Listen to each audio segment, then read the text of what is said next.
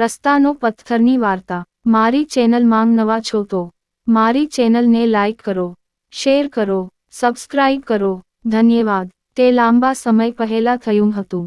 એક રાજ્યમાં એક રાજા રહેતો હતો। તે અવારનવાર પોતાના રાજ્યના ગામડાઓ અને શહેરોની મુલાકાત લેવા અને લોકોની સુખાકારી પૂછવા માટે વેશમાં જતો। એક દિવસ તે હંમેશની જેમ પોતાનો વેશ બદલીને ફરવા નીકળ્યો। એક રસ્તા પર પહોંચ્યા પછી તેણે વિચાર્યું કે શા માટે તેના રાજ્યના લોકોની પરીક્ષા ન કરવી। છેવટે મારે પણ મારા રાજ્યના લોકોનું ચરિત્ર જાણવું જોઈએ। તેણે રસ્તાની બાજુમાં પડેલા એક મોટા પથ્થરને રસ્તાની વચ્ચે ધક્કો મારી દીધો। તે રસ્તાની વચ્ચોવચ હોવાથી પથ્થર અડધો રસ્તો ઢંકાઈ ગયો હતો। તે માર્ગમાં અવરોધ જેવો હતો। રાજા ઝાડની પાછળ સંતાઈ ગયો અને રસ્તામાંથી પથ્થર કોણે હટાવ્યો તે જોવા લાગ્યો। ઘણા લોકો તે માર્ગ પરથી પસાર થયા અને રસ્તા પર પડેલા પથ્થરને જોઈને પોતાની અસ્વસ્થતા વ્યક્ત કરવા લાગ્યા।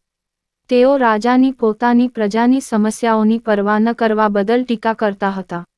આવા મોટા પથ્થરો રસ્તા પર પડેલા છે, પરંતુ તેને હટાવવાની કોઈ વ્યવસ્થા નથી।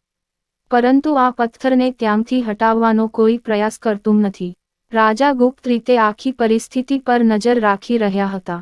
ઘણા કલાકો વીતી ગયા, પરંતુ કોઈએ પથ્થર હટાવવાનો પ્રયાસ કર્યો ન હતો। રાજાને દુઃખ થયું કે તેના રાજ્યના લોકો કેટલા સ્વાર્થી છે, જેઓ બીજાનો ફાયદો ઉઠાવે છે પણ પોતે કોઈ સારું કામ કરતા નથી। પોતે રસ્તા પર પડેલા પથ્થરને હટાવવા આગળ વધ્યા। પછી તેણે જોયું કે એક ખેડૂત તેની પીઠ પર ડાંગરની બોરી લઈને આવતો હતો। ત્યારબાદ તે ઝાડની પાછળ છુપાઈ ગયો। તેણે વિચાર્યું, મને આ વ્યક્તિને જોવા દો। જો તે પણ પથ્થર નહીં હટાવે તો હું જાતે જ કાઢી નાખીશ। ખેડૂત પથ્થર પાસે પહોંચીને થંભી ગયો। તેણે કોઈક રીતે તેની પીઠ પરથી ભારે કોથળો ઉતાર્યો અને તેને બાજુએ રાખ્યો। પછી તે પથ્થરની નજીક ગયો અને તેને હટાવવા માટે બળ લગાવવા લાગ્યો। કોઈક રીતે તેણે પથ્થરને રસ્તાની બાજુએ ખસેડ્યો અને હાથ મિલાવતા બોલ્યા, હવે આ પથ્થરને કારણે રાહદારીઓને કોઈ મુશ્કેલીનો સામનો કરવો નહીં પડે।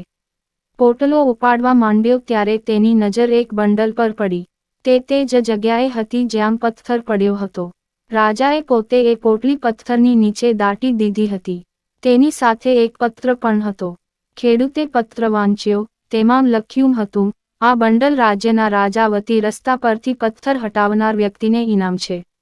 ખેડૂતે પોટલું ખોલ્યું। તેની પાસે સોનાના સિક્કા હતા। તેણે મનમાં રાજાનો આભાર માન્યો। પછી તે તેની કમરે બાંધેલા સોનાના સિક્કા અને પીઠ પર ડાંગરની બોરી લઈને તેના ઘર તરફ ગયો। બોધ 1. માર્ગમાં આવનાર દરેક અવરોધ પ્રગતિની તક છે।